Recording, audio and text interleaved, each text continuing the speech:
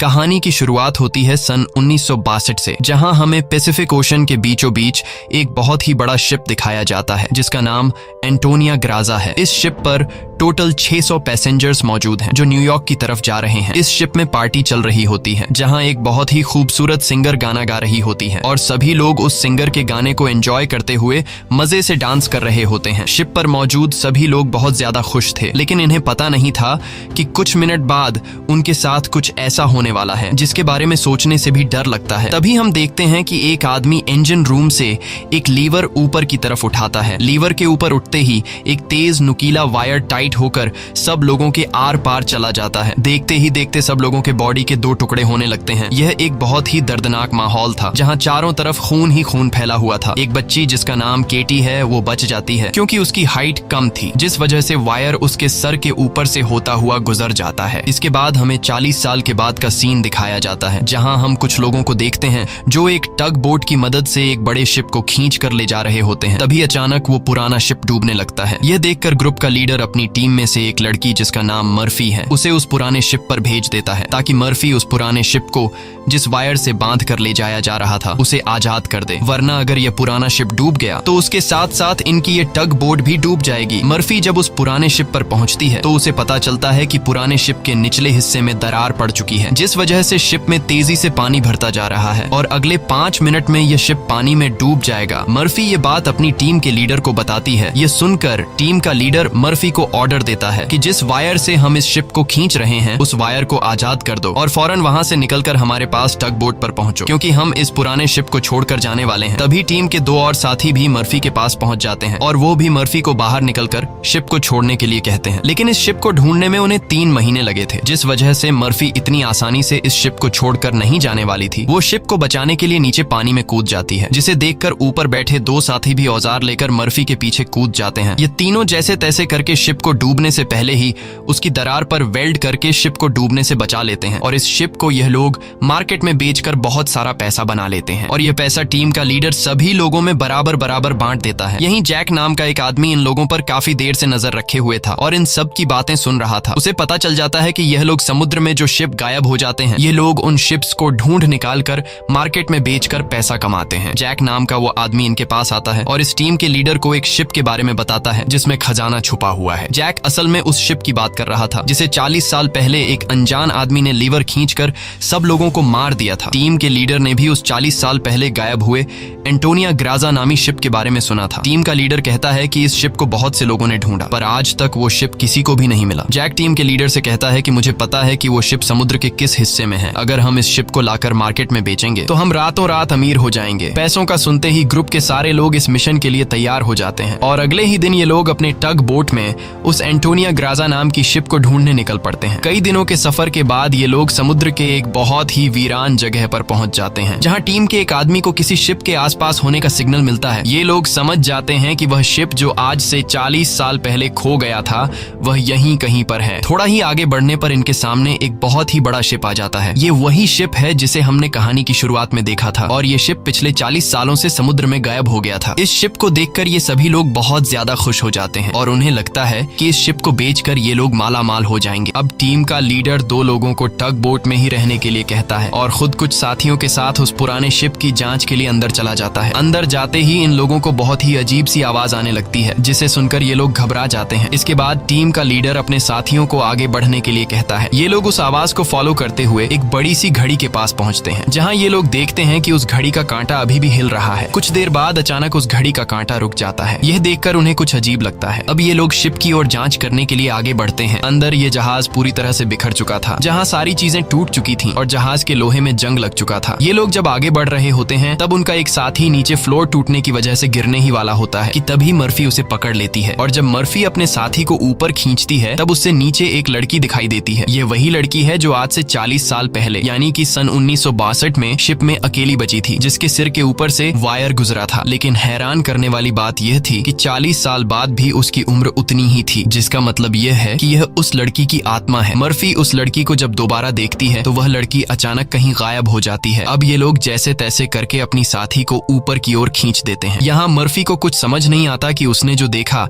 वह सच था या फिर कोई वहम, लेकिन यह सब देखकर मर्फी बहुत ज्यादा डर जाती है। अब यह शिप बहुत ही ज्यादा ज्यादा बड़ा था, इसलिए ये लोग इसे और एक्सप्लोर करने लगते हैं और चलते चलते शिप के मेन कैबिन तक पहुंच जाते हैं, जहां जांच करते हुए उन्हें एक डिजिटल वॉच मिलती है। ये देखकर ये लोग कंफ्यूज्ड हो जाते हैं, क्योंकि आज से 40 साल पहले इस तरह की डिजिटल वॉच नहीं हुआ करती थी। और इस वॉच को देखकर ये लोग समझ जाते हैं कि जरूर हमसे पहले भी यहाँ कुछ लोग आ चुके हैं। इसके बाद ये सब वापस अपने टग बोट पर आते हैं और टीम का लीडर डिसाइड करता है कि अगले दिन हम इस शिप को टग बोट से बांध कर ले जाएंगे। अगली सुबह उन्हें पता चलता है कि शिप में एक बहुत बड़ा होल है, जिसकी वजह से धीरे धीरे शिप पानी में डूब रहा है। टीम का लीडर कहता है कि इस हालत में शिप को टग बोट से बांध कर ले जाना नामुमकिन है, क्योंकि शिप में ढेर सारा पानी जमा हो चुका है। पानी की वजह से शिप का वजन कई गुना बढ़ चुका है, इसीलिए इस पुराने शिप को टग बोट से बांध कर ले जाना एक बेवकूफी होगी। अब ये लोग डिसाइड करते हैं कि पहले हम शिप के होल को वेल्ड करके बंद करेंगे और फिर शिप के अंदर मौजूद सारा पानी निकाल कर इसे टग बोट से बांध कर ले जाएंगे। कैप्टन की बात सबको ठीक लगती है, जिसके बाद ये सभी अपने अपने काम पर लग जाते हैं। कुछ साथी शिप के होल को रिपेयर करने में लग जाते हैं और कुछ शिप के अंदर मौजूद खजाना ढूंढने में लग जाते हैं। मर्फी खजाने की जांच में आगे बढ़ते हुए एक स्विमिंग पूल के पास पहुंचती है। स्विमिंग पूल को देखकर वह हैरान रह जाती है, क्योंकि स्विमिंग पूल पर ढेर सारे गोलियों के निशान थे। अब वह स्विमिंग पूल से जब ऊपर की तरफ आ रही होती है,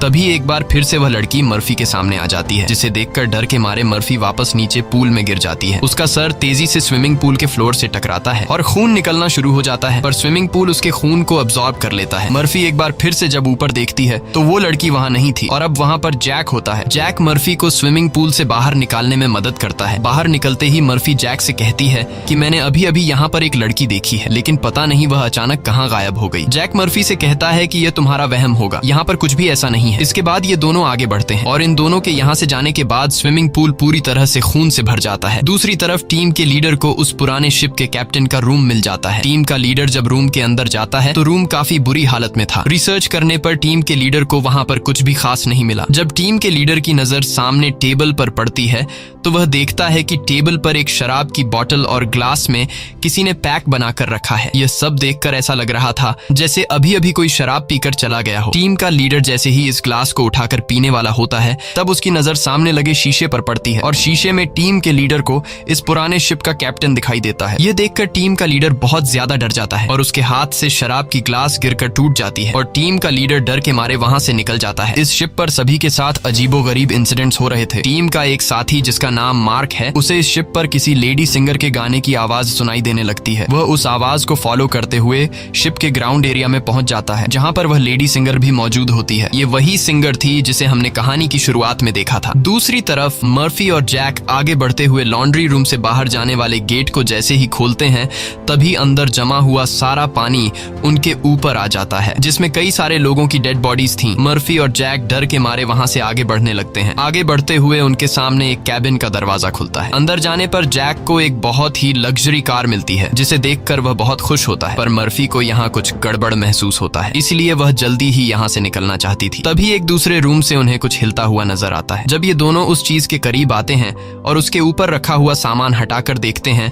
तो उनकी आंखें खुली की खुली रह जाती हैं, क्योंकि वहां पर सोने से भरा हुआ एक बॉक्स पड़ा था। यह देखकर मर्फी अपने बाकी साथियों को तुरंत बुला लेती है और जब सब यहाँ पहुंचते हैं तो सामान हटाने पर उन्हें इसी तरह के 9 बॉक्स मिलते हैं और हर एक बॉक्स में 28 गोल्ड प्लेट्स पड़ी हुई थी, जिसे देखकर सभी की खुशी का ठिकाना नहीं रहता, क्योंकि ये सभी रातों रात अमीर हो गए। इतने बड़े खजाने को ढूंढने के बाद ये लोग डिसाइड करते हैं कि इस शिप को यहीं छोड़ देंगे और सिर्फ सोना यहाँ से लेकर जाएंगे। इसके बाद ये लोग सारा का सारा गोल्ड अपने टग बोट पर रख देते हैं और अब ये लोग यहाँ से निकलने की तैयारी करते हैं। टग बोट को चलाने वाला कैप्टन बोट को स्टार्ट करने के लिए इंजन की सफाई करने लगता है और तभी हमें दिखाया जाता है कि टग बोट में रखा गया सिलेंडर का वाल्व अपने आप चालू हो गया है, जिससे हवा में गैस फैलना शुरू हो जाता है। वही मर्फी एक बार फिर से उसी लड़की को देखती है जो उसकी तरफ तेजी से भागती हुई आ रही होती है, जैसे वह मर्फी को कोई बात बताना चाहती हो, पर तभी उसे कोई पकड़कर नीचे धकेल देता है और जैसे ही टग बोट का कैप्टन इंजन को ऑन करता है, तभी सिलेंडर से निकली गैस की वजह से पूरे बोट में एक बहुत ही बड़ा ब्लास्ट होता है, जिसमें टग बोट का कैप्टन मारा जाता है। अब ये लोग समुद्र के बीचों बीच एक सुनसान शिप पर फंस चुके थे। ये सभी लोग बहुत ज्यादा परेशान होते हैं, क्योंकि उनके पास जो यहाँ से निकलने का टग बोट था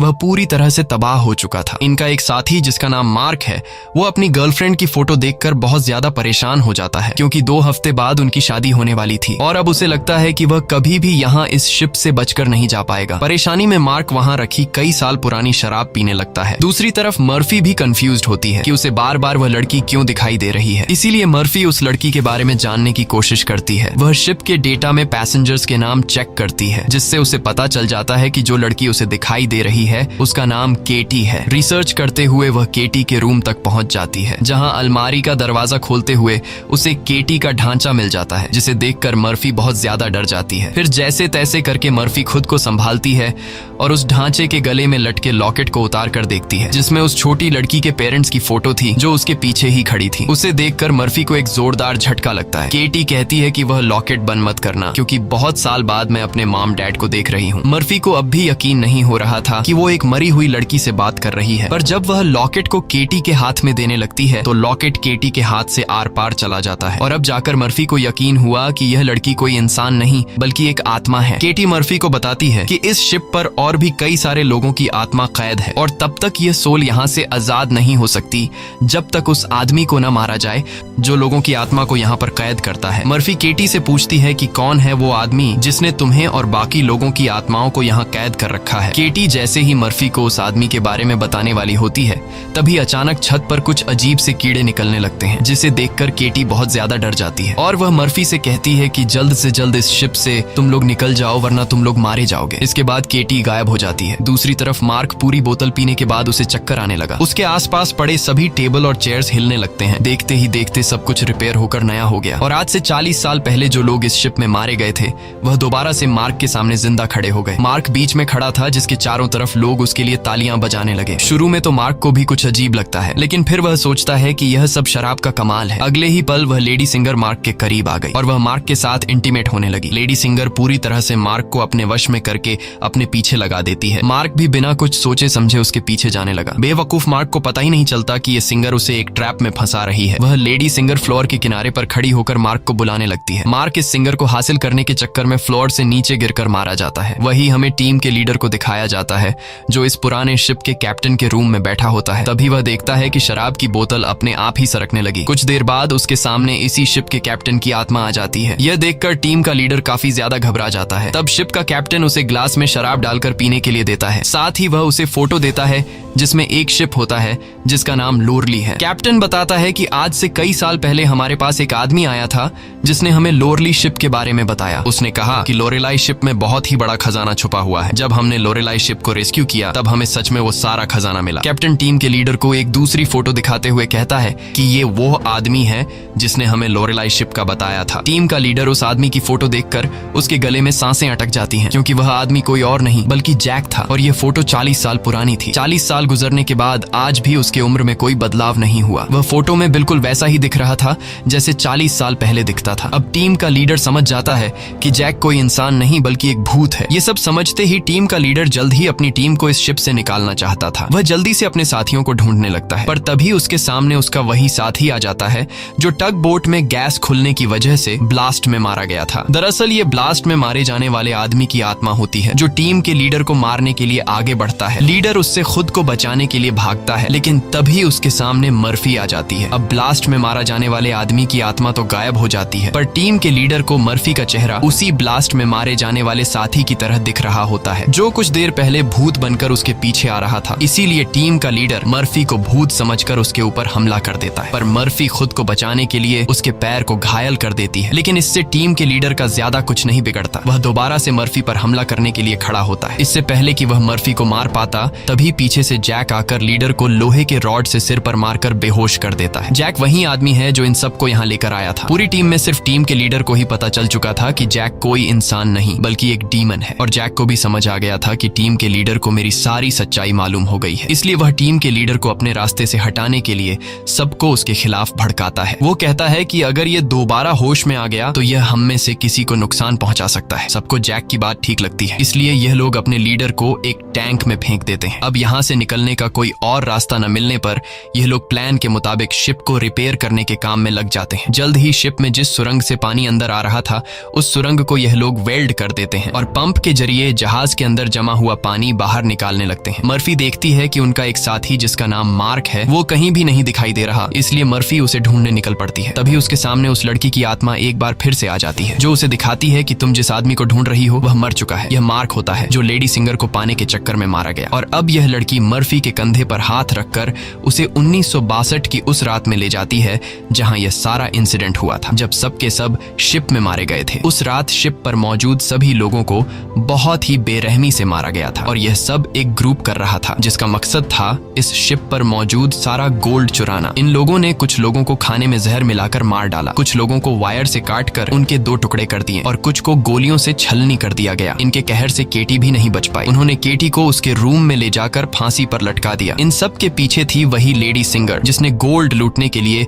यह पूरा प्लान बनाया था और अपने लोगों की मदद से उसने शिप पर मौजूद सभी लोगों को मार डाला। अब सारा गोल्ड उनके कब्जे में था। शिप का ऑफिसर भी लेडी सिंगर से मिला हुआ था। लेडी सिंगर के एक इशारे पर वह अपने ही साथियों को मार देता है, लेकिन जैसे ही वह मुड़ता है लेडी सिंगर उसे भी गोली मार देती है। लेडी सिंगर को लगता है कि सारा गोल्ड अब उसी का हो चुका है क्योंकि शिप पर मौजूद सभी लोग मारे जा चुके थे। लेकिन यही एंट्री होती है एक ऐसे आदमी की जो इस पूरे गेम का मास्टरमाइंड था और वह लोहे की चेन से लेडी सिंगर को लटकाकर मार देता है। मर्फी केटी की मदद से ये सब देख रही होती है और तभी वह इस गेम के मास्टरमाइंड को भी देख लेती है, जिसे देखकर मर्फी शॉक हो जाती है क्योंकि वो आदमी कोई और नहीं बल्कि जैक है जो इन्हें गोल्ड का लालच देकर यहाँ पर लेकर आया। क्योंकि शिप में छेद हो चुका था और शिप धीरे धीरे पानी में डूब रही थी, इसलिए शिप को बचाने के लिए कुछ ऐसे लोगों की जरूरत थी जो शिप को डूबने से बचा सके। इसलिए जैक ने चालाकी से इन्हें यहाँ लाया। अब शिप पूरी तरह से ठीक हो चुकी थी, इसलिए जैक को अब इन लोगों की कोई जरूरत नहीं थी और अब वह इन सबको भी मार देगा। यह सब समझते ही मर्फी को याद आता है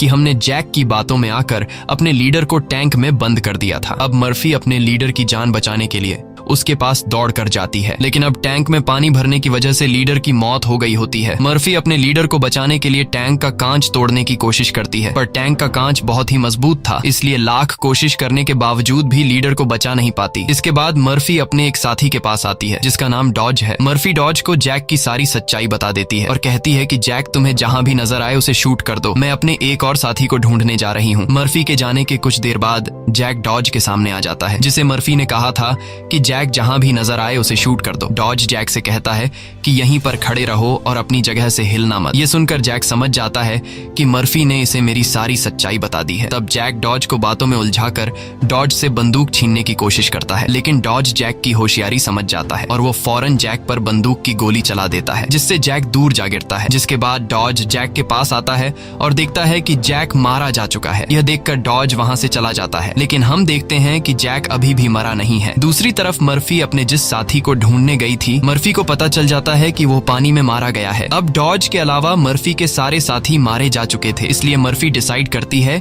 कि वो इस पूरे शिप को तबाह कर देगी। जिसके बाद मर्फी शिप के हर एक कोने में बॉम्ब फिट करने लग जाती है और तभी उसके पास डॉज आ जाता है। डॉज मर्फी को बताता है कि मैंने जैक को मार दिया। ये सुनकर मर्फी कहती है कि जैक नहीं मरने वाला है, क्योंकि जैक कोई इंसान नहीं बल्कि एक डीमन है, इसलिए हमें यह पूरी शिप ब्लास्ट करनी होगी ताकि जैक हमारी तरह और किसी इंसान को यहाँ लाकर न फंसा सके। और जैक ने जितने भी सोल्स को इस शिप में कैद कर रखा है वो सभी आजाद हो जाएंगे। डॉज यहाँ पर गुस्से से मर्फी को समझाता है कि हमें शिप को ब्लास्ट नहीं करना चाहिए, क्योंकि इस तरह से शिप में रखा सारा गोल्ड बर्बाद हो जाएगा और हमें बिना गोल्ड हासिल किए खाली हाथ घर लौटना होगा। मर्फी कहती है कि यह गोल्ड दरअसल जैक का एक चाल है जो हम यहाँ से कभी भी नहीं ले जा पाएंगे, इसलिए मुझे हर हाल में यह शिप ब्लास्ट करनी होगी। अब जैक समझ जाता है कि मर्फी किसी भी हाल में नहीं मानने वाली, इसलिए जैक अपने असली रूप में आ जाता है, जिससे हम समझ जाते हैं कि जैक ने डॉज को भी मार दिया था। जैक उसे बताता है कि तुम्हारा और मेरा काम एक ही है, जिस तरह से तुम समुद्र में फंसी हुई शिप्स को जमा करती हो उसी तरह से मैं सोल्स को जमा करता हूँ। पहले मैं भी इंसान था, लेकिन मैंने बहुत पाप किए जिसके बदले मुझे यह काम दिया गया और अब मैं सोल कलेक्टर हूँ, जिसके लिए मुझे शिप की जरूरत है और मैं नहीं चाहता कि तुम इस शिप को ब्लास्ट करो। जैक मर्फी को एक चांस देता है। वो कहता है कि जाओ, मैं तुम्हें नहीं मारूंगा, लेकिन बदले में तुम्हें इस शिप को ब्लास्ट नहीं करना होगा। पर मर्फी उसकी बात नहीं मानती, जिसके जिसके बाद जैक एक लोहे के रॉड से उस पर हमला कर देता है, जिससे मर्फी नीचे गिर जाती है। अब जैसे ही जैक मर्फी को मारने के लिए आगे बढ़ता है, तब मर्फी एक तीर चलाकर उस बॉम्ब वाले रिमोट पर निशाना लगाती है और खुद फौरन पानी में कूद जाती है, जिसके बाद शिप में एक बहुत बड़ा ब्लास्ट होता है। ब्लास्ट की वजह से शिप पानी में डूबने लगती है और मर्फी पानी के अंदर शिप के नीचे फंस चुकी होती है। अब उसे बाहर निकलने का कोई रास्ता नहीं दिखता और उसकी सांसें भी फूलने लगती हैं। पर तभी वहां पर केटी की आत्मा आती है, जो मर्फी को हाथ से पकड़कर ऊपर का रास्ता दिखाती है। तब मर्फी देखती है कि जैक ने जितने भी सोल्स को कैद कर रखा था, वो सभी सोल्स आजाद हो गई हैं। मर्फी बड़ी मुश्किल से ऊपर सरफेस पर आ जाती है और वो देखती है कि शिप में जितने भी सोल्स थे वो सब अपनी असली दुनिया में जाने लगे हैं। दरअसल यहाँ जितने भी सोल्स थे वो सभी जैक के गुलाम थे। सिर्फ केटी की सोल उसकी गुलाम नहीं बन पाई, क्योंकि केटी की सोल पवित्र थी, जिस वजह से जैक उस पर ज्यादा कंट्रोल नहीं कर पा रहा था। इसीलिए केटी की सोल बार बार मर्फी की मदद कर रही थी। यहाँ मर्फी एक बॉक्स के सहारे समुद्र में तैरती रहती है और तभी वो एक शिप तक पहुंच जाती है, जो शिप उसे रेस्क्यू कर लेता है। जब उसे पोर्ट पर लाया जाता है तो वो अपनी एम्बुलेंस से देखती है कि जैक अभी भी जिंदा है और शिप का जितना भी गोल्ड था वो उस गोल्ड को एक दूसरे शिप में ट्रांसफर कर रहा है, ताकि उस गोल्ड के लालच में वो और भी लोगों को मार सके और उनकी आत्माओं को कैद कर सके। इसी के साथ ये कहानी खत्म हो जाती है। अगर आपको हमारी वीडियो अच्छी लगी हो तो हमारे चैनल को सब्सक्राइब और वीडियो को लाइक जरूर कीजिएगा।